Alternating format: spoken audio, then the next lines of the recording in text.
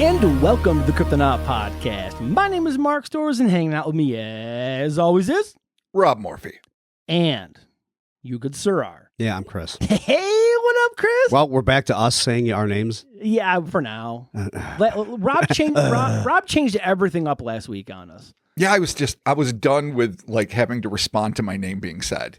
And then saying trite, asinine things. okay. I was like, no, I just want to say my name. Yeah, so okay. And Mark's like, okay, I'll let you leave you to say your name. And then tonight you gave me the option. I gave you the option to switch it back. You chose to stick. we are all about choices here. Wow, the spontaneity is almost alarming. We are a democracy. I know. We are a democracy. So exciting. Secretly backed by a dictator. It's okay. Oh, that's the way it is, though. It's fine. It's fine. Yeah, our puppet government is controlling us over Our here. puppet name government. Yeah, there you go. Oh. Thank you all for joining us, Cryptonaut Podcast. We're back. Betz Sphere Part 4. The never-ending Betz Sphere. Yeah. After, Whoa. Yeah. after the break last week, now that we're on to Part 4, it feels like this has been like the never-ending saga. Yeah, we missed a week. Like, it's only a 4-parter, which is, I guess maybe the third longest we've ever done, but not, tremendously long. No. But because it's taken place over 6 weeks, it's something. Yeah. Dude, we had Memorial Day and we had alien disclosure. We had to deal with them. Dude, things happen. Chris was sick. Hangovers. I had 40 tests. Sick forever. Again. Poor Chris is just... We had things on the plate that had to be dealt with. It's all right, though, because here we are. Betz Sphere Part 4. I love this. Where is it? Where is it? Started with, I think, what is it? Yeah. Then it went to Doomsday device. Yep. Then the Dark Hynek. Yeah. And now we're back to, where the fuck is this thing? Well, I mean... Where is it? You losing the sphere. I mean, this is going to be it, guys. We're gonna figure it out, or we're not. Let's opt for the latter, as There is you usually go. the case, but we're going to try. All right. Well, let's get started with... In the spring of 1974, an enigmatic orb known as the Betz Sphere came crashing down, creating a cyclone of controversy before disappearing just as cryptically. In the decades that followed, the mystery has only deepened, leaving lingering questions such as, what was it? Where did it come from? And, most alarmingly, considering its destructive potential, who has it now? Who's got the spear? Which one of you says the spear? I know it's here somewhere. Oh, what if the Betz Sphere is crying somewhere, like Chris just said? Oh, I don't Who's know. crying? Wow, it might be sentient, and if it is, it might be lonely Dude, and sad. I'm just saying, according to, was it Journey? Yeah, who's sad crying spear? now? Oh, Yeah. Oh, no. Goodbye Horses. I don't know enough about Journey to help. Yeah, dude, that wasn't a Journey song though. Okay. No, that was from Silence of the Lambs. Can we be done with this now? When the guy tucked his dink and he's like, No, we're going to talk about Journey's World Tour 1975 and every song they did and all the stadiums. and then we're gonna get back to the With Betz like Sphere. the spear, the head roadie, like taking care of all business behind the scene, wrangling groupies, like being their best. I'm pretty sure it was in all their album covers somewhere. I bet you if That you look, is yeah. accurate, yeah. It is. It is. All right, Robert, let's do it. In the span of mere weeks, the Betz family had gone from being a hardworking, well-respected blended clan living in rural Florida to some of the most hounded media subjects in the world. The reason behind this was neither a great accomplishment nor a horrific crime, but the discovery of a shiny, silver, bowling ball-sized object that, although lacking in any motorized or navigational components, displayed an uncanny ability to not only travel great distances, sometimes uphill, but also to make its way over very precarious surfaces without falling. With it also came an array of strange sounds and poltergeist-like manifestations that left both the Betzes and all who came in to inspect the odd object at a total loss. This thing's fucked up. Of the many scientists, military men, and ufologists who visited the family, and I apologize now, but I feel like my voice is about to crack Peter Brady style at any second. Dude, and I don't know why. When you went, this is fucked up. It's fucked up. It's like, I don't know what's wrong. I'm trying so hard not I to don't know if I'm going through tertiary puberty. It happens. Are you going to get your fourth Am I ball? going to sound like fucking Johnny Cash by the end of the pod? I don't know. Are you going to get a fourth ball? The old man's fourth ball. It comes. Yeah, And with dude. it, my resonant speaking Is voice. your fourth ball the Betz Sphere? Oh, only time will tell. Oh, I'm excited. Yeah. I've never wanted to see your ball so bad. But either way, fucking apparently this is what we're going to have to deal with this pod. So All right, well, remember, man, water's our friend. We are made of it. Oh, and I've it been, enjoys us. I've been what? Let me hydrate up right now again. Yeah, Chris and I, last week, we're talking about Liquid IV. I kind of hope we can get a sponsorship from them. Oh, That'd be dope. that'd be Wouldn't that be super cool? dope. Because goddamn, that shit's expensive. And I drink me, fuck me, ton me, of me, it. me, me, me, me, me. You sound much better, buddy. All right, let's jump into it.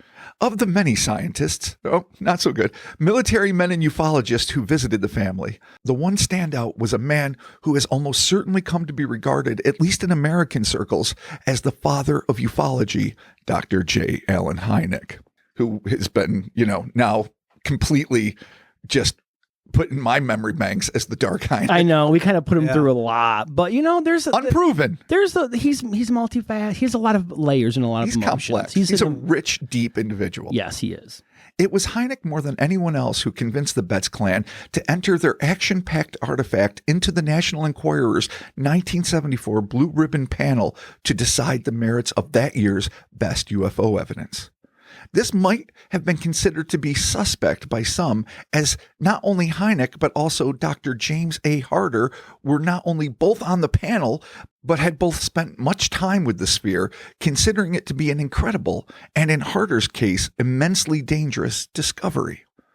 But if the other UFO competitors considered crying foul, they need not have bothered, as Hynek would not only renounce any involvement in the case, but further decry that the mystery sphere, despite his previous assertions, as being man-made. Combine this with the fact that the members of the National Enquirer team, perhaps in cahoots with one or more of the Blue Ribbon panel, had illegally retained the orb, compelling the discoverer of the artifact, Terry Betz, to physically remove the object in the middle of the panel's decision-making process, and you have all the makings of a grade A conspiracy. But we covered all of this in detail last pod. Part 3, so baby. You can get into that if you haven't heard it. I don't know why you'd be listening to 4 and not 3, but that's your option. Do people make decisions? Once the object was safely returned to the Betz's isolated yet impressive Fort George Island home, the family found, to their dismay, that the ball was not the one they had left behind. After weeks of displaying incredible abilities and performing almost logic-defying stunts, it was no longer able to move of its own accord. Also gone were the strange organ-like strains of music, disembodied voices, and the unusual spectral antics that had often accompanied the device, like glasses flying out of The cupboards. ghosts are gone. All of that seems to be gonzo. It lost its Magic touch? its glitter, its sparkle. Oh, Yeah, Got exercised. it did. maybe it was. Maybe it was an official exorcism that took place in those days where it was missing. Yeah, Because as you know from listening to the last pod, somebody falsely told Terry and his brother that his mother had an emergency. Their mother had an emergency, and to fly right home. They did, but they did so under the Enquirer's dime, under the request that they leave it behind so that it be sent to the conference. And so for like 3 or 4 days, none of the Betz clan, which had been watching over it very carefully, otherwise, the ghost escaped. it might have escaped. It might have drilled it out like a little hole in the head. Yeah, Who knows? I love it. I know, it's crazy happening. It was now, for all intents and purposes, an ordinary, if still inexplicable in origin, steel ball. Stranger still, when the orb was sent in for another series of X-rays following its return, it was found, according to a reporter referred to as Nan on the 5th and final episode of Lindsay Kilbride's very extensive Oddball podcast, which again, go back and listen to. I know she has a full name, Nan, but I just couldn't find it in my notes, and I didn't have the heart to go listen to the whole thing again. You'll hear it. Nan. But it's Nan. Okay. So when it was, according to Nan, the new X-ray showed that there were seams showing now that were not visible earlier. Oh. So the seamless, impossibly, closed up orb that had the 3 cylindrical spheres, obviously there's spheres inside, now was full of seams and weird shit, as if it had either been cut open or replaced by an alternative. You can't dupe the X-ray machine. Yeah. It knows. Nan claimed that Jerry was furious. Though one might be inclined to think that the sphere's current lack of any unexplained abilities would inevitably lead to a decline in public, military, and scientific interest in the object, it was quite the opposite. Despite its now pedestrian nature, this internationally acclaimed piece of technology was coveted both by numerous nation states and intelligence agencies.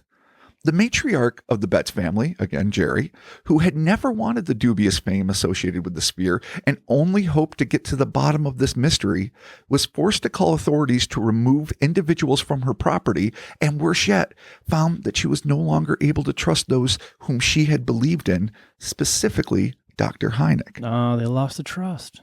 She also found herself, for reasons never made clear, and this is the most intriguing part in a lot of ways, fearing more so now than ever before for the safety of her family, prompting Nan to report to Kilbride, quote, "There was no need for her to create this fiction behind the object, to sensationalize something. I personally think that something happened during that time period that scared the Betz family into silence," end quote. Whatever it was that led to this epiphany, the Betz's life, which had for weeks revolved around the orb, its antics, and all of those wanting a piece of it, like reporters calling it all hours from all over the world, scientists, on, would suddenly and dramatically change. Though Nan was not privy to what might have specifically occurred, be it a threat, implied or otherwise, or some other means of persuasion, she reported that Jerry's, quote, anger changed to kind of this revelation that whatever the sphere was, the government did not want her to find out, did not want her to know. And she decided in that moment to burn those x-rays. She did not feel comfortable with any sort of proof of that information, end quote.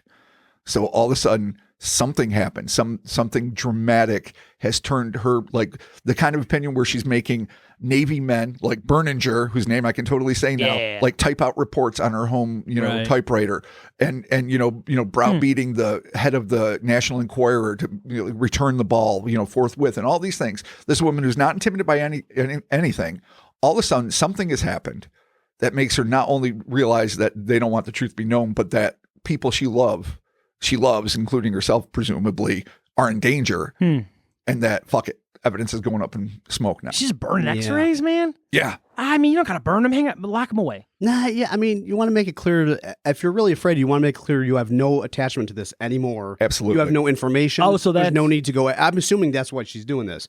I would agree. So there'd be no reason to go after her anymore. I'm done. Gotcha. Right. It's out of my hands.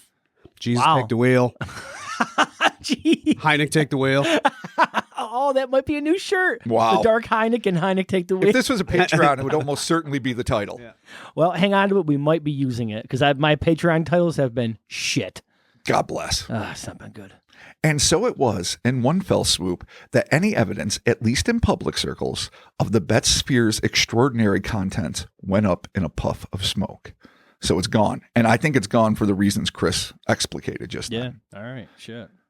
Whether issued by the military, intelligence agencies, the aliens themselves, or a sinister cabal of supernatural forces, that's a long shot, granted, the final blow used to squelch this story, whatever it might have been, managed to strike such a white-hot streak of terror into Jerry and her family that they not only burned the x-rays, but removed the ball from their home and then essentially vanished from the public eye for decades, reappearing only briefly and through intermediaries to convey what little new info we've gleaned in the past few years via the hard work of Astonishing Legends and Lindsay Kilbride. So some family members and people associated with the clan have come forward, right? But not the Betzes themselves, at least as far as we know in any way.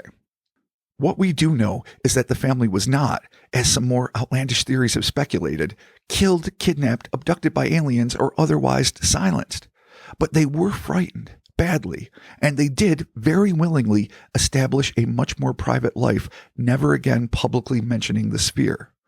As to why that is, none of the Betzes have been willing to divulge that information.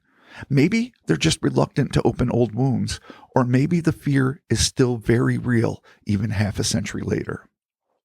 I don't know, but it seems like if you're scared bad enough that you're just going to close up shop from being one of the most, granted, it's flash in the pan fame, right, but it's 70s fame, and that tended to be more enduring. Yeah. Like a lot of, ufology people parlayed a free trip to California and to sit on Johnny Carson's couch. Yeah, totally. Like the Pascagoula guy and other things like that. So it wasn't unheard of in that era to like have your 15 minutes and really bask in the glory, maybe even get a book deal, make a couple bucks. I mean, Jerry Betz had the opportunity to sell this thing for hundreds of thousands of dollars, sight unseen, and did not jump. Yeah.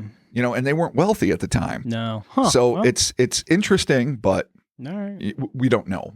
if there was a big scare, but you have to assume something happened. I'm guessing Sutton must have shifted their entire approach to this, and they're like, "Oh, fuck this." I'm just gonna just really get. I mean, it could have been the breaking point of I've been going through this shit, and I get it back, and it's clearly fake. Right. I'm just like, you know what? Fuck, I'm done. Like, I'm fucking done. What am I gonna do? Yeah, like, just be like, how am I gonna ever get it back anyway? True. Like, completely exacerbated from the whole thing, if that's a word. Exacerbated. Like, Exacerbated is a word. You mean exasperated. Exasperated. Yes. Yes. Exasperated. Because of how the whole thing got exacerbated. Oh. Well, not, right. in her presence. See, I know the ball. words. I know You words. do, but the thing is, I can buy all of that.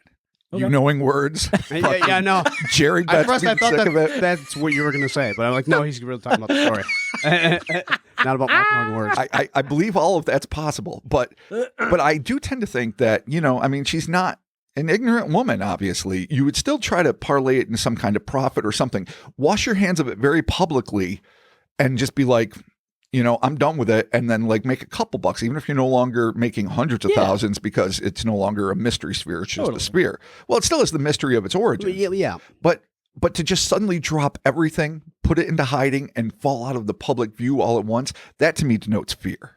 Yeah. I mean, it could. It's not proof of it, but it indicates it, I think. Hot potato. Drop it. As to the whereabouts of the device, those in the know claim that it is now in storage with an individual close to, but removed from the Betz clan. But even so, those who have spoken to Jerry, like Nan, assert, quote, they still have the ball that they feel is not the ball. Which is to say, they have the sphere that was taken by Terry, but not necessarily the one they delivered. And if the one that is now technically in the Betz's possession is not the original ball, then where is it? The answer, for anyone listening thus far, will not be surprising. We dropped this in a few times thinking it would be in the next pod.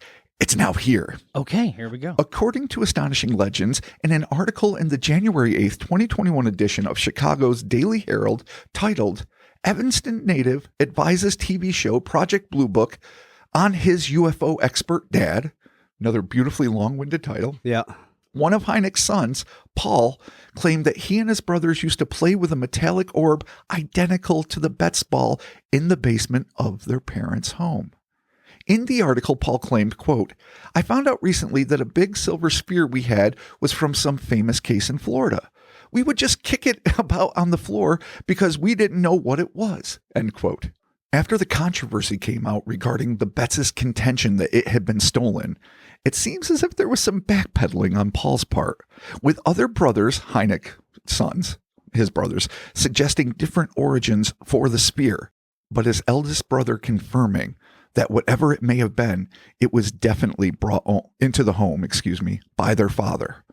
And so for a more detailed, accounting of this exchange about because Kilbride actually has an interview with Paul Hynek. Oh, and cool. they kind of go back and forth about, I'm going to talk to my brothers about this and that. Right. You can get the full blow by blow on the Oddball podcast. I'm not going to do that here, but basically it came to the point where they thought one of the kids brought it into the house, but then I think it was the eldest son confirmed, oh no, dad brought it home. And I don't know where from. Oh, man. The treasures of the Dark Hynek. Not a smoking gun. Oh my gosh, I love that. It's a smoking ball for sure. Well, it's something. If the kids are there kicking around, like, I don't know, Dad brought this thing home. Yeah, from but Florida, big can't deal. Possibly be the one, right? I would hope not. Dude, it very well could be if because Hynek did have access to it and he could have swapped it out and he just, Yeah, but when what? Let his kids play with it? that is kind of the weird, it's probably this important. I find it thing, more but- reasonable that he was already making a plan to make copies of the sphere. Oh, so they had a copy of it. And maybe that was one of them instead of You would almost think the original. Chris read ahead. Oh, we'll see. Oh, We're going to deal with. We're going to deal with some of that. Sometimes I know. Yeah, no, you're canny. No, Chris comes back with psychic powers, whatever. Professor X, it's fine. Nan, like others, confirmed that Hynek spent a lot of time at the Betz house with the sphere. But after the debacle at the National Enquirer's UFO conference, he began to publicly denounce the significance of the find and, adding insult to injury, even going so far as to claim that he had never seen the object or met the Betzes prior to the symposium. All bald-faced lies, according to Jerry and others who were there at the time. Were these lies issued to further separate himself from the possible thievery, or was something even more treacherous afoot? It would seem to be a shame if Hynek had made off with the orb, privately confounding and publicly embarrassing the Betz family in the process, only for it to make its way into his cellar like some oft-neglected vacation curio for his kids to kick around. And if the thing were so significant that a man of his reputation would even consider stealing it, then why was it stored in such a haphazard manner?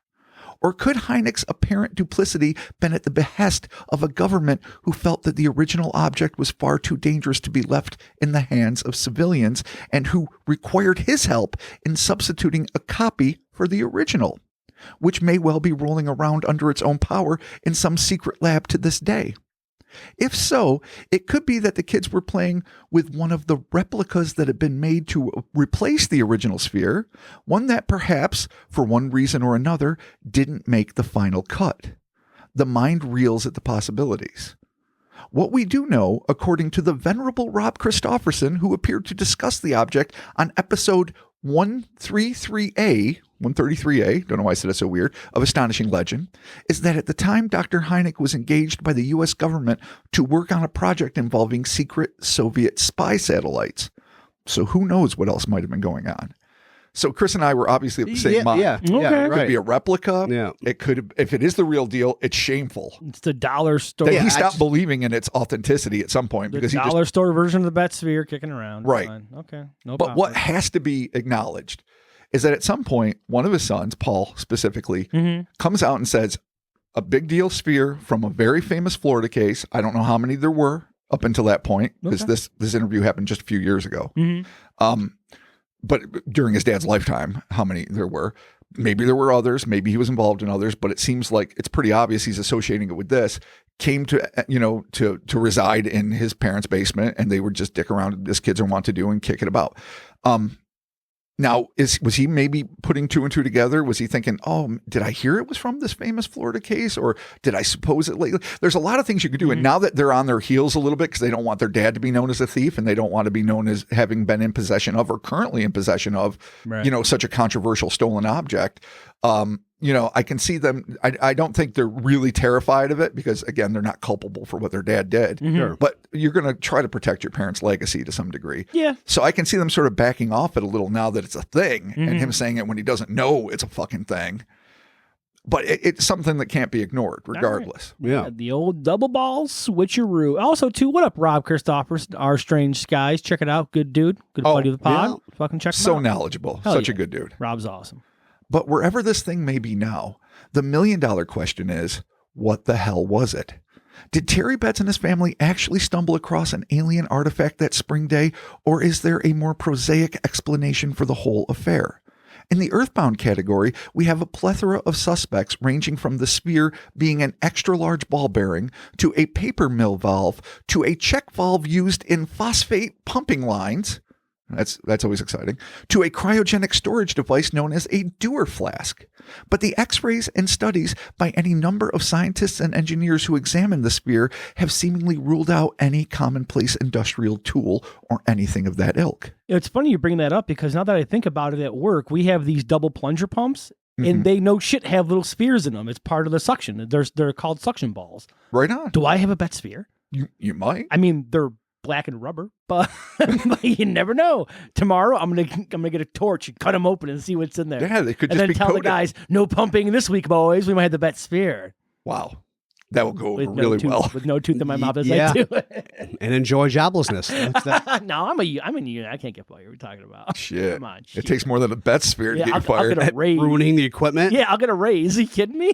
Jesus Christ. He's Come not on. wrong. It works backwards. You know this. By far the favorite hypothesis for debunkers to glom onto is the fact that the orb was nothing more than a missing piece to an evidently never constructed industrial art installation. Oh, cool. According to the April 23rd, 1974 edition of the Ocala Star Banner, a sculptor by the name of James Durling Jones, that's a hyphenated last name, claimed to have lost the orb when a cluster of them fell off the luggage rack of his Volkswagen Bug while he was driving through the Jacksonville area near Easter of 1971 on his way home to Taos, New Mexico. James asserted that he had gotten the industrial valve spheres from an anonymous friend who had procured the objects illegally. He further asserted that the rattling of the Betz ball Excuse me, I read that totally fucked up. He further asserted that the rattling that the Betzes claimed to hear within the sphere was due to the fact that the company that manufactured it had drilled holes into the object, allowing metal chips to fall inside before re-welding them shut. This seems to fly in the face of the fact that none of the experts who examined the orb noticed any weld marks, and that the X-rays revealed 3 distinct spheres, one of which had a tiny antenna and not shrapnel within the object. We covered all that in previous pods. His testimony is further cast into doubt due to the fact that the artist, ostensibly in an effort to protect his friend and his illicit activities, refused to name the company that manufactured his spheres. Add to that the fact that the anonymous Betz family member who was there when the thing was discovered claimed that the object was found over a mile away from the nearest fire road, which would have made it a mini miracle in itself that the object rolled that far over rough, stump-smothered terrain, and this theory can be summarily dismissed. Fuck you, dude. It's not your art installation. Listen here, artsy fartsy. What was his name? Peter? No. Durling Jones. Listen here, James artsy, Durling fartsy, Jones. Durling Jones. I mean, you're going to see welding. Well, yeah. There's I mean, no that's way. really the biggest door shut. Sure. Like, Yeah. you're going to see the welding. Can I buy that? Of course, it didn't roll from the top of a car a mile over bumpy, stumpy terrain. Could some kid have picked it up between 1971 and 1974, Well, right. dicked That's around, what I mean. found that it was like too heavy at 22 pounds, dropped it again? Polish the weld off of it. Well, no, not that part. I'm saying that it could have been moved. Maybe not probably not by natural forces. It would take a whole lot of inquisitive raccoons to fucking push this thing. But, bored kids, fucking, I don't know, a lumberjack. I don't know who the fuck's hanging out in this place. Just a bunch of raccoons pushing it. Just their new god. Well, dude, things move. That's just a part that could have happened. That part could have happened. Right. Yeah, It's just like But the lack of welds. Yeah. Welcome our new god. And it's pushing the Ball bearing. Just a bunch of raccoons with little paws on. B-A-apostrophe-A-L bearing. I mean, as far as it goes, like a large ball bearing, sure, that's definitely possible. Sure. I've personally seen them like that big. They're fucking enormous. Biggins. But it's not going to account for any of the X-rays or the little tiny, spheres inside. No, welds is a huge one. So those are the monkey dicks. Goddamn monkey Keep dicks. the gears from moving. All right, there you go. Well, It just doesn't pass the test. let's unmonkey dick this thing. Well, let's continue to throw more dicks at it. Oh, cool. All right, everyone, quick on the count of 3, throw more dicks at it. The next suggestion put forward by, among others, UFO Encyclopedia author Ronald D. Story was that it was a sea-bottom marker, which I think we mentioned briefly earlier. We did. Which was used to assist missile-launching submarines by giving them stable points of reference for ballistics calculations that had somehow made its way onto land. This theory seems damned by 2 different points of observation. The first being that one of the initial individuals to examine the sphere was Jerry's husband and marine engineer, Antoine, who, while not likely to be an expert on military tech, would probably have at least recognized the device's maritime origin. The second point of contention is the fact that both the Marines and the Navy denied ownership of the top secret device. Top secret if it was indeed a sea-bottom marker, that is. Yeah. The Betz family had already agreed to give the object up if it proved to be military property, and it would have taken very little effort for the Navy or the Marines to keep the sphere in their possession if the technology were that sensitive. According to Story, quote, the Navy's failure to identify the sphere could be due to need-to-know restrictions related to classified devices, unquote. The inherent flaw in this theory resides in the fact that even if Berninger and his team did not have top secret clearance, the media hoopla surrounding the discovery of the sphere, not to mention the reams of paperwork that would have been necessary to conduct these experiments with Navy personnel, would have surely set off some kind of alarm bells, even in clandestine circles. That is why I don't think it's a fucking sea-bottom marker. I mean, even if it was, you'd think they would notice it and be like, oh, yeah, no, we need to have this back. Yeah. They would have had to have, even if it's classified, they would have, somewhere along the line, it would have gotten to someone like, oh shit, one of our markers got picked up. Like, right. And Behringer over here, Tom Behringer over here fucking saw it in fucking Florida.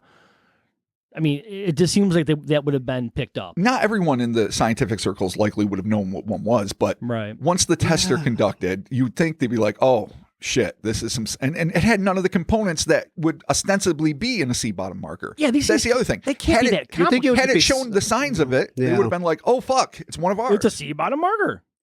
I mean, That can't be that complicated. I guess there's a 1% chance of just blatant incompetence on the part of all these people. Well, it's not out of true. the question, but it seems highly unlikely. I mean, but it is possible. We all have been. Yeah. And the Navy did want it back at the last second. But had they known it was a sea bottom marker, they could have just said, oh shit, we made a mistake. It is ours. Give it back to us now. I mean, incompetence though reigns supreme. Sure. It really does. We'll never take that off the table. Hell, the table's made out of that. The devil always stays on the table, and competence is the wood grain. Yeah. And so that's fine. I'm all about that. That's great. But it's a lot of components to fuck up. No, it is. Yeah. But you can't. I mean, you can't stop the table from being the table. Yeah, that's I worked the for thing. companies where their motto should have just been. Yeah. No, Incompetence. same. For past employers and occasionally current. Yeah, incompetency is what we do best. So, all right. But even if this weren't classified technology from the bottom of the sea, we ought to consider the possibility that the Betz family came across another kind of artificial object, one which may have plummeted from the loftiest of heights in the form of a downed satellite. It's difficult to deny that the Betz Sphere doesn't at least resemble a Sputnik-style Soviet satellite with its antennas ripped off, or perhaps even a simplified version of Chinese Shijian-1 experimental satellite, which was launched in 1971, making it contemporaneous, so to speak.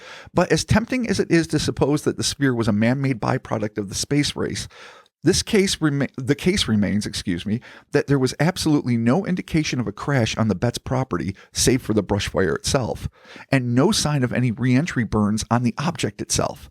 This would seem to disqualify the notion that the mystery sphere was a terrestrially constructed, formerly orbiting object.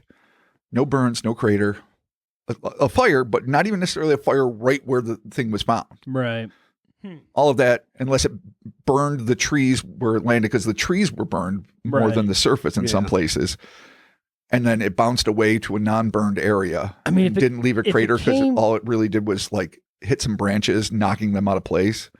But it didn't dent the object either. And it was only supposed to be a half-inch thick. And you'd think scorching down from the sky and hitting a tree or the ground would leave some fucking marks. Surviving re-entry like that would be astounding. I mean, the only thing on the books actually is Jason Voorhees. Right. To survive re-entry. That will happen. Yeah. Yeah. A non-Voorhees man-made as seen in contraption, probably not. Jason X. Unfortunately, yes. You're welcome. So reasonably leaving behind both military, artistically industrial, and satellite-bound theories, let's look at less ordinary, i.e. more fun options. Beginning with the fact that the orbs seem to bear a marked resemblance to the oft-reported World War II aerial marauders known colloquially as Foo Fighters. Beginning in November of 1944, World War II Allied aircraft pilots began to describe frightening encounters with small, glowing, silver-colored spheres in the skies over Germany and eventually the Pacific Theater. These strange airborne anomalies appeared to follow the Allied planes individually and in clusters. They were able to maneuver around the planes at tremendous rates of speed and displayed astonishing dexterity. Even stranger was the fact that these peculiar machines seemed to toy with the crew of these aircraft, causing a great deal of consternation among those aboard. But few seemed to exhibit overtly hostile actions. These sightings were taken very seriously by the military brass, who assumed that these Foo Fighters were yet another new weapon conceived by Nazi scientists to turn the tide of the war. But it soon became evident that these bizarre aerial acrobats were also accosting Axis pilots. According to UFO researcher and professor of natural sciences at Western Michigan University, Michael D. Swords, quote, "During World War II, the Foo Fighter experiences of Allied pilots were taken very seriously. Accounts of these cases were presented to heavyweight scientists such as David Griggs, Luis Alvarez, and H.P. Robertson. The phenomenon was never explained. Most of the information about the issue has never been released by military intelligence." End quote. And that's interesting. To this day, it's told almost like folklore, like fun stuff, like gremlins in planes or something that's just silly talk that pilots had. And you know, if you see like full documentaries like the kind James Fox does and others that purport to tell the history of ufology, it always goes from like Kenneth Arnold sighting near Mount Rainier to Roswell to Foo Fighters. or sometimes Foo Fighters first, which would Right. make more sense. But basically, that's all in the cavalcade of opening, the opening slew of information on ufology of the 20th century. But it gets kind of dismissed when, in fact, there's a lot of interesting phenomenon, a lot of interesting aspects of that phenomenon that have never ever come close to being revealed to the public. And there's no problem is there's no legend is like in Roswell or Kingman or other places of a recovered Foo Fighter. No, yeah. Which could have made all the difference at the time. Yeah. But it's interesting that it's still classified, fucking 80 years later, give or take. Foo Fighter run-ins continued to be reported by pilots following World War II, with a notable piece of film being shot at 11:29 a.m. on August 15th, 1950 by Nick Mariana, the general manager of the Great Falls Selectrics. That's a baseball team. So fucking Montana, obviously, making a huge splash in government circles. But while reports of metallic orbs dwindled down in the latter half of the 20th century, being replaced by flying saucers and other more complex designs, there has been a modern resurgence of spherical UAPs being seen by pilots and the public alike. What's more, reports have increased of similar objects being discovered on Earth by perplexed eyewitnesses, including the remains of an orb found in Mexico, sitting in a tree near the city of Veracruz, and others in such far-flung places as Southern Europe, and Africa. So they're popping up. And maybe they're explicable, and probably some of them have. I know one showed up in Spain not too long ago. Yeah, I'm sure that they're government things for the most part. Yeah, there's a couple of them that popped up. Didn't one of them wash ashore at one point too? Like a huge. I think sphere? so. Yeah, I think so. I remember I was going to bring it for Patreon, and then they were like, "Oh, we're getting more information on the sphere," and then they just dropped it. All inflatables in the water. Yeah, there's nothing else cool happened. They didn't crack open and a goblin jumped out. There wasn't a baby Nessie. There's no Mothman involved. It was just like, nah, it's a sphere. Don't worry about it. Continue on. It was probably the biggest fucking find of the century, but whatever. Right. It's fine. Fuckers. Incompetence reigns.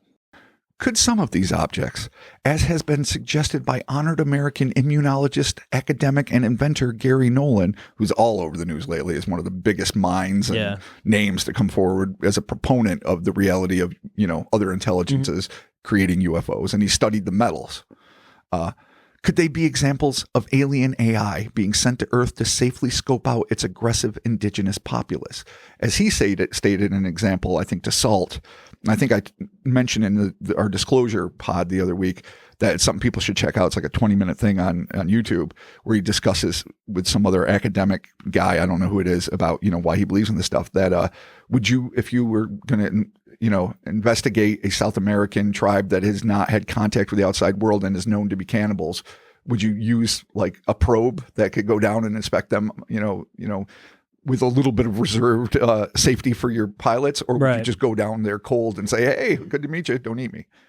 I'm paraphrasing, needless to say, but that was his example, and it makes sense that, we're nuclear power, we're dangerous. If we even have a limited capability through radar or through other weapons that we might have developed through reverse engineering their craft, weapons that can take down their ships, even if they are vastly superior to us, I would still be like, fuck those guys. And according to Greer, if we turn down our radar and all of a sudden we start dropping UFOs, they're going to be like, whoa, pump the brakes there, boys. We're going to, step back and send some probes. If there's a subclan of really douchey Amish, and they allow themselves to have submachine guns and they'll just fucking kill anyone who goes on their property, you could say, they're not using iPhones and they're a little backwards technologically, but you're still going to avoid that shit because the douchey Amish are dangerous. Yeah. So far. It took me so... Maniacal Mennonite. I had a fill in the blank. I'm like, Amish guns, what? Yeah. That was great. Personally, thank you for that. I appreciate it. You're welcome. I'd like to untie the knot in my head. I'm like, wait a minute, what? The full force of the U.S. Army could defeat them, but a random group of fuckers aren't going to just wander in and be like, not the heavily armed Amish. No. Not the regular kind, sure. Yeah. Salt of the earth, good folk. Not the kind that are armed. These fuckers. No, man, they got Rambo fucking equipment and all kinds of shit. AK-47s for all the children. There you go. Babes in arms. There it is. Could some of these objects, I said, continuing. Oh no, I already said that, continuing. It's difficult to know if this is what is going on, that is AI.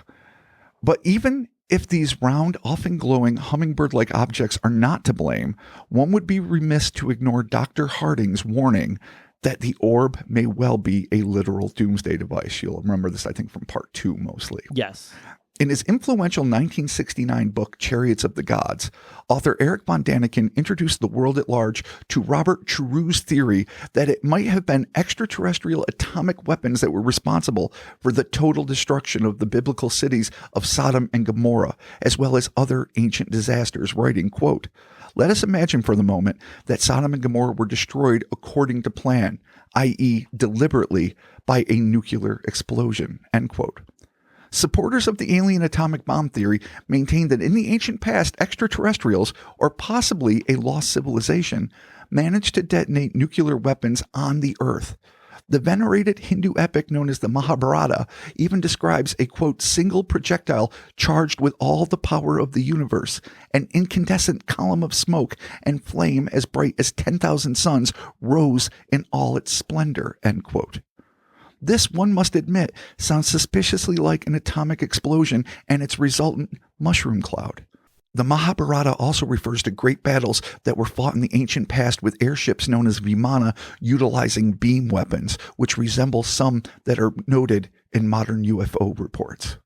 Needless to say, mainstream academics dismiss this theory, but if the atomic numbers found by Dr. Harder are real, then there is the very real possibility that the Betzes found at least a technological heir to those unthinkable superweapons.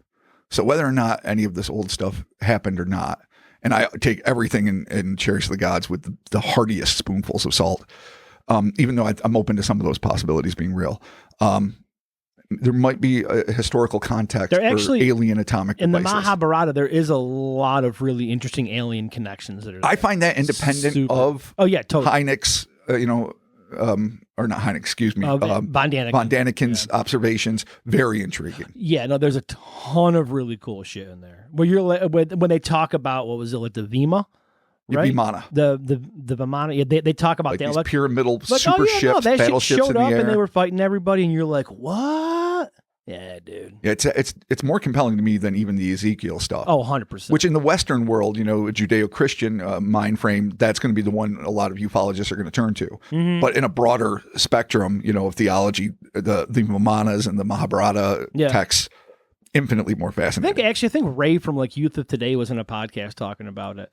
Really? The whole alien aspect. Yeah, that's funny. It's pretty neat. It's super cool. Okay. The second biggest mystery we are left with is what happened to the actual sphere.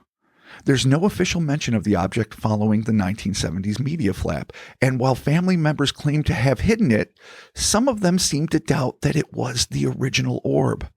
Maybe it was, legally or illegally, confiscated by the United States military, or it could be beating around in the basement of one of Hynek's kids or being used as a paperweight on a dusty bookshelf. Maybe it's even languishing in a landfill. But there is also the admittedly remote possibility that the sphere has passed hands from one unsuspecting owner to the next, people who never realize its vast potential or power, and it's now collecting dust in the back of a closet or in some dingy, moth-filled attic. Right now, as I read these words, definitive proof of the existence of extraterrestrial life may well be sitting in a cardboard box wedged between Christmas decorations and Grandma's old yearbook, just waiting for a curious child to discover its enthralling and potentially terrible secrets. Let me know if you hear the boom, bitches. Oh, shit. There it is. Betz Mystery Sphere, Part 4. Where is it? And yeah, if that kid's up there fucking around the attic, and the next thing you know, you get that flash, you get that Sarah Connor moment where we're all hanging out on the fence, shaking as the flesh gets ripped from us from the fucking nuclear war. Yeah. What happened to Tampa? Oh, wait. Oh, yeah. The lower South. Oh, the world. The lower South. The South or South. Yeah. Go South and then keep Sub-South. going. There you go. Sub-South. Yeah. There it is, man. Shit. So, the way you ended here, though, that's really interesting to think that this very well could just be one of those things that's been passed around, and maybe some people take it seriously, maybe some people don't, but regardless, are like, hey, don't say shit about this because, this is stolen back in the day. So, could be just sitting somewhere, dude. Or maybe it was reclaimed by its owners. Oh. And that's the thing. Well, you mean its original creators, as in who was it? possibly extraterrestrial, right? Exactly. Yeah. Came down and picked that shit up. Well, that's certainly something that you can't, ignore the possibility of. And really, it's more likely than not that, it could be in a government lab somewhere, or it could be, some scientist took it home to look at it. Maybe he was in charge of studying it, found there was not much to it. Mm-hmm. And it was dicking around, and his kids were playing with it in his basement, having nothing to do with the Hyneks. Could it be that Dr. Hynek took it, did further tests, discovered that really there's nothing significant, and then, many house moves and ended up in the basement? It's a possibility. Yeah. It seems unlikely for all the reasons like Chris pointed out earlier, like you don't go through all this effort unless it should mean something. Or at least you lock it in a safe somewhere if you think it's that potentially dangerous or earth-shaking, and it's, it seems like a lot for the I'm speaking strictly governmental here. It seems like quite a lot for them to go through to finally dupe it out of the hands of Jerry Betz via Dr. Hynek, basically using Hynek to get to it, to get it there. That's true, but there's no reason to assume that it is Dr. Hynek. Besides the fact, well, there's many reasons how shady he acted, how he apparently betrayed the Betzes, according to the Betzes. And he ultimately claimed to not even know them. And then claimed to not even know them, even though people not even related to the family came forward and said, including that reporter Nan, like, no, he was at the house. He was doing shit. Yeah. So there's every reason to suspect that good old, what was his name? Pope Jr. there. Who he was his own. Genopolis. I forget his name. He was Genopolis. He was his own little weird CIA op, alien investigator. Who owned the National Enquirer. Yeah. Who had all kinds of ties with, shady government agencies. And he had ties to fucking Mussolini. Yeah. Yeah, who in 1933 possibly recovered an aircraft. Or not an aircraft. A UFO. Yeah. Way pre Roswell. Yeah. So, all right, all that aside, if trouble, it was locked in the Betz Sphere was locked in the safe of the National Enquirer. Mm-hmm. Could have been for who knows how long, and that was another period where it was out of their reach. Yep. Of Terry and his sibling. So there's every reason to think that Hynek maybe had nothing to do with it. Mm-hmm. That it was just Generoso. Pope Jr., I think I got his name right this time, and his cabal that absconded away with it. And how hard would it be to make a ball bearing? Etch a triangle on the side. Right. Not hard at all. All you have to do is get a quick little look at it and be like, all right, let's reproduce this thing. And clearly whatever the Betz family got back was not the sphere. No, it doesn't seem to be. It had all of its powers were gone, and the X-rays weren't right, and you could see you could see marks on it and shit. So they clearly got the dupe ball.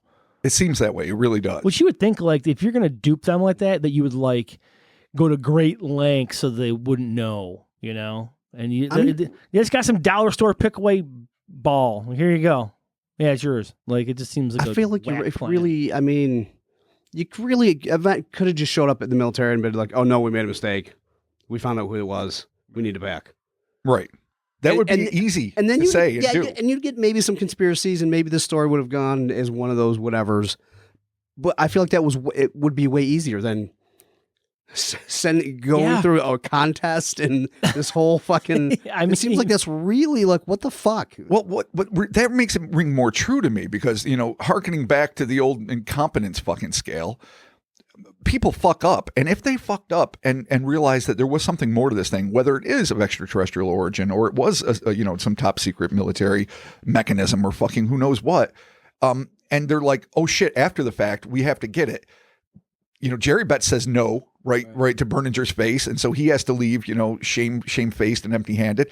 And the next time it's going to be gone, not under Jerry's watchful eye, is when it's with her sons in Florida, where it's put in a safe by a guy who was, got ties to the government. And then it is sent over to New Orleans, apparently, where they have to go and get it. Yeah. Also, given all this time, and at which point Hynek starts saying, oh no, it almost rolled off the table and all this. And the other eyewitnesses aren't coming forward to argue this. So was it switched before it went to the UFO, the National Enquirer's UFO conference? Oh. And so it seems like a lot of effort, but in other ways, it might just be a pile of conveniences. You fucked up getting it the first time. Right. Well, it's traveling out of state or further downstate and then out of state.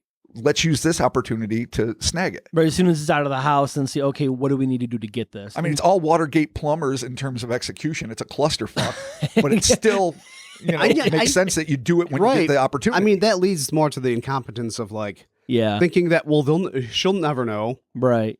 Like or what can she do about it? Because that's exactly what she did. She complained in the press. It's not the same ball. No, we don't think it's the same ball, or they changed it fundamentally and somehow. It's such a weird thing that no one's going to really be like, we need to get the original ball back. Like no one's going to be around. And where's the public outcry going to go? Are they going to go to Hynek's door? Are they going to knock on the Navy? Man, you know, I gotta say I'll say this though. If this is an actual alien artifact and they really did get it back like that, I mean, son of a bitch. Did they hatch it? Maybe. Was it like an artificial incubation, an egg, if you will? I don't know. I mean, that's where the new seams came from. If it really was some kind of atomic bomb, I mean, maybe that was where they're like, at any cost, we have to get this just to fucking protect everybody from it. That I would laud. I would think that's a good thing. Or at least maybe components. I mean, what are the odds if it did ring up some sort of high radiation level or something, or atomic structure that's so beyond dense. uranium plus or whatever, right?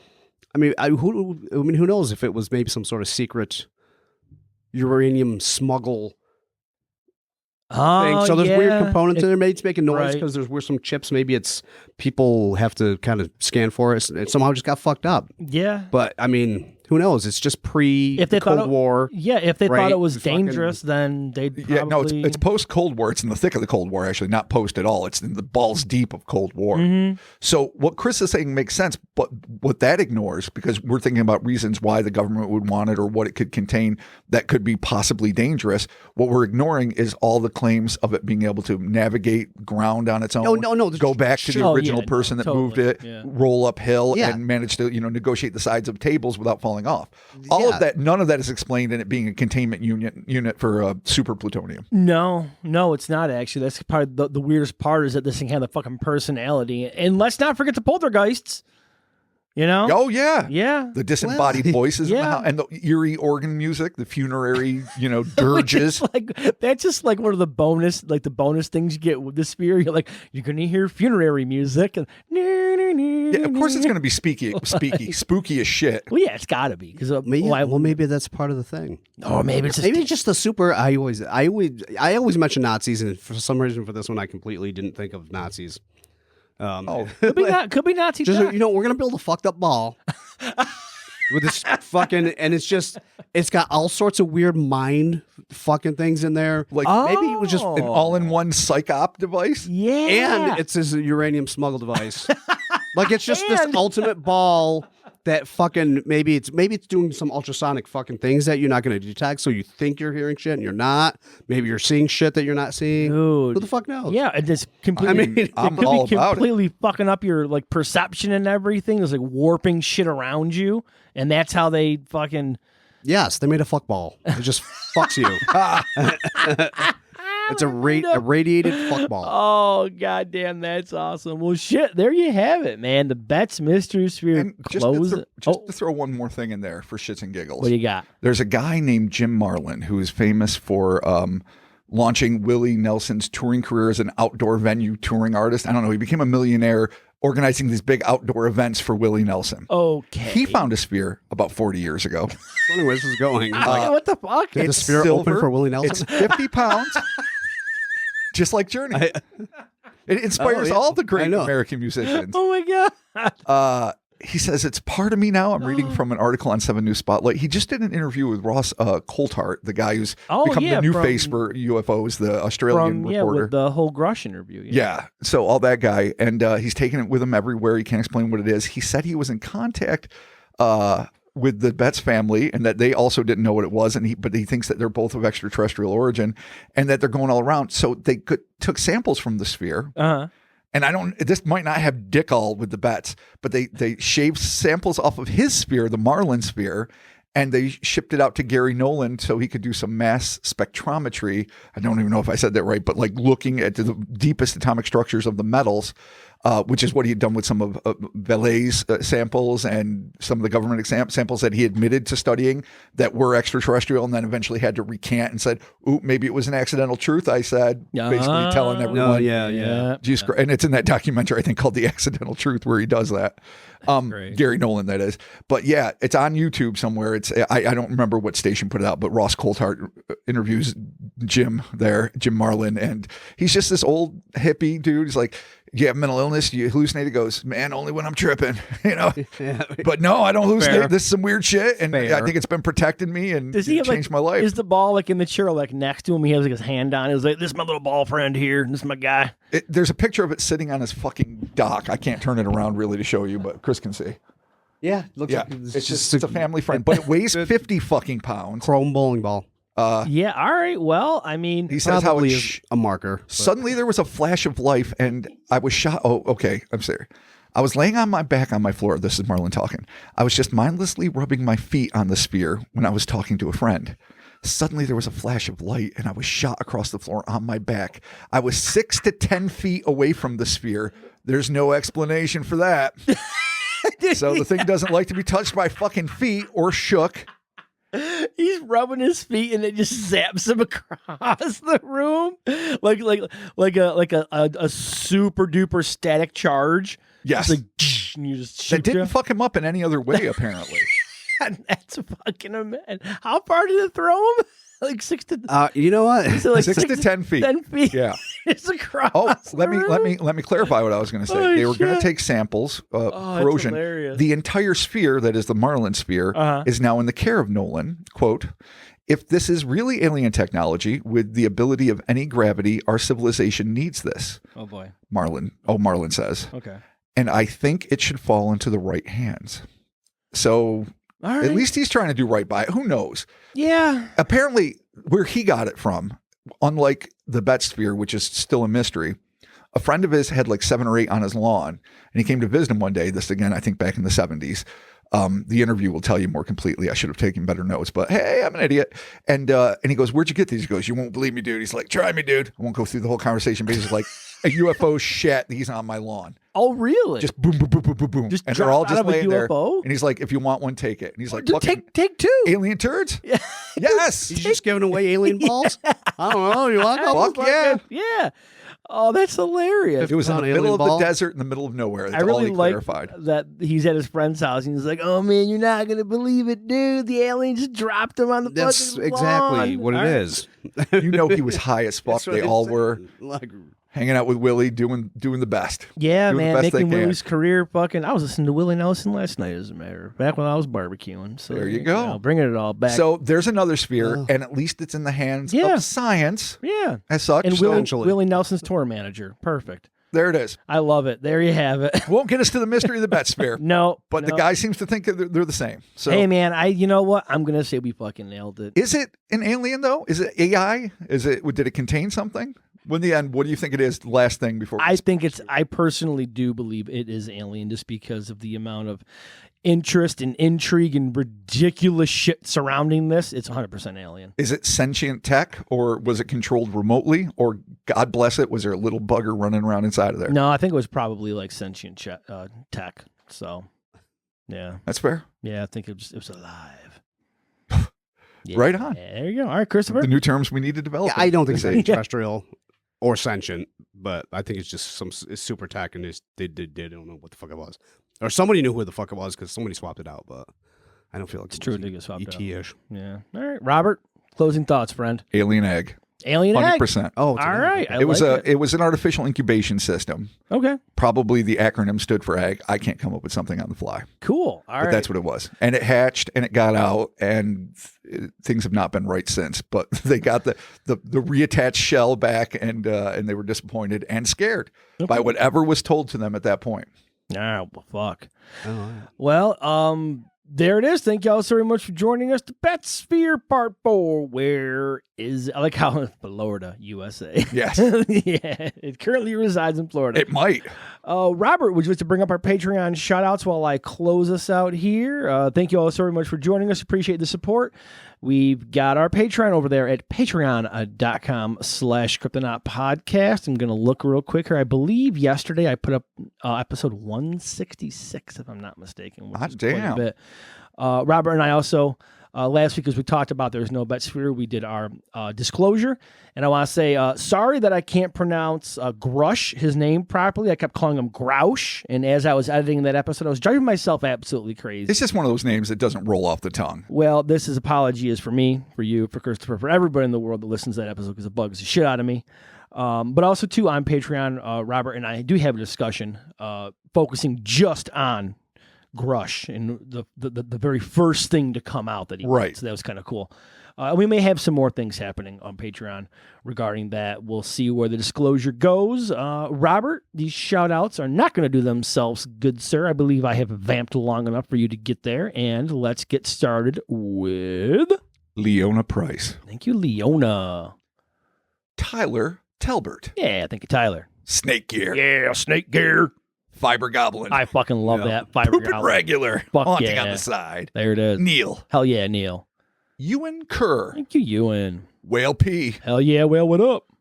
Nicole Willis. Thank you, Nicole. Douglas Davis. Thank you, Douglas. Rounding it out, Ethan Whitted. Whited. Shit. I'm gonna go. You know what? I'm gonna go with Whited, and if it's not, then we will do the correction. And we're going to do Witted. Ethan Witted and Ethan Whited. Oh, you're gonna cover. Oh, you don't want to do a both. correction. There's no need for a correction. We've done them both. All right. Well, what if it's something else altogether? Then we're White fucked. Ted. Then we're screwed. Oh, yeah. Oh, could be. yeah. Shit with Todd. All right, cool. There you have it. Thank you all for joining us. The Instas and the Twitters and the Facebooks, we're out there on the socials, being the medias. We've got the hellerspace.com. Get yourself some t-shirts there. We've got cryptonautmerch.com. Get yourself some t-shirts there as well. All kinds of stuff. I believe CrowdMade, which is at cryptonautmerch.com, is doing like if you order more than 2 items, you get free shipping. Oh, But go there, check it out. It should say Dang. they should say there like, hey, free shipping on whatever item. So be sure to check that out. And yeah, there you have it. Thank you all so very much. Sticking around, supporting us. We appreciate it. And thank you to our sponsors that sponsor this show. Whether it's BetterHelp or Lumi Labs with their really good gummies that I need to order more from them because they put me to sleep and they're fucking awesome. We appreciate the support. And if you support the sponsors, you support us. So if you're like, hey, I want to check out BetterHelp, or hey, I want to check out some sweet weed gummies from Lumi Labs, there you go. And if there's a Geico commercial in the beginning or a McDonald's, I don't know, feel free, whatever. Sure. Get your Geico insurance, go to McDonald's, whatever you got to do. Just be like, yeah, Cryptonaut boys. They're not going to know who the fuck we are. So They will not. Nah, it doesn't matter. No. Those are all automated ads. No one gives a shit about those. So there it is.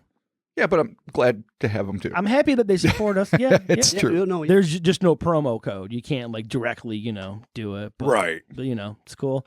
There you have it. Thank you all. You know what I would want my promo code to be? What's I just that? had to say it. I would want you to be able to go to Burger King and order a Whopper and not have to ask for cheese. If you give our promo code, Oh, That's they the hell know. biggest fucking pet peeve. Yeah. They just dude. know to put the cheese on. It's so dumb. It's not a fucking add-on. Yeah. Which it never should have been. And then they charge you more for cheese and bacon. It's ridiculous. That's what I want our promo code. Yeah.